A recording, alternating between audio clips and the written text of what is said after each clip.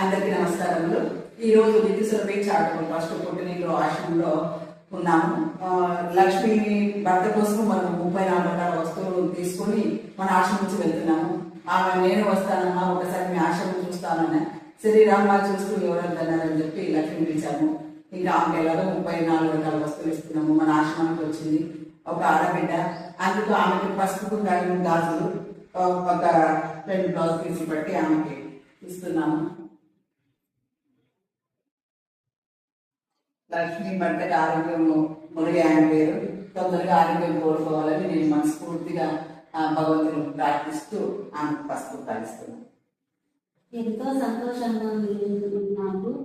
8 నెలల కిందట తెలిసింటే ఎవరైనా మమ్మల్ని అసలు చూడితే కాలేదు, ఏం పట్టించుకోలేదు. అమ్మ వెంటనే ఒక్క రోజుకే స్పందించి అమ్మ మాకు 3 పూట్ల అన్నం తినేదానికి అవకాశం ఇచ్చినారు. ఆమెతో మాట్లాడింటేనే నాకు కడుపు నిండినట్లు అయిపోయింది.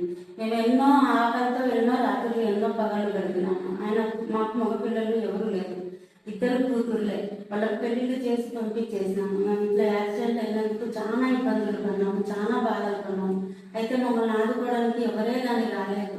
అమ్మ వెంటనే ఫోన్ చేస్తే వెంటనే అమ్మ పలికి మాకు స్పందించి ఈరోజు మాకు ఇట్లా నిత్యావసర సరుకులు ఇచ్చినారు. మాకు చాలా సంతోషంగా ఉంది. ఇప్పుడు అమ్మ పేరు చెప్పుకొని 3 పూట్ల తింటా ఉన్నాము.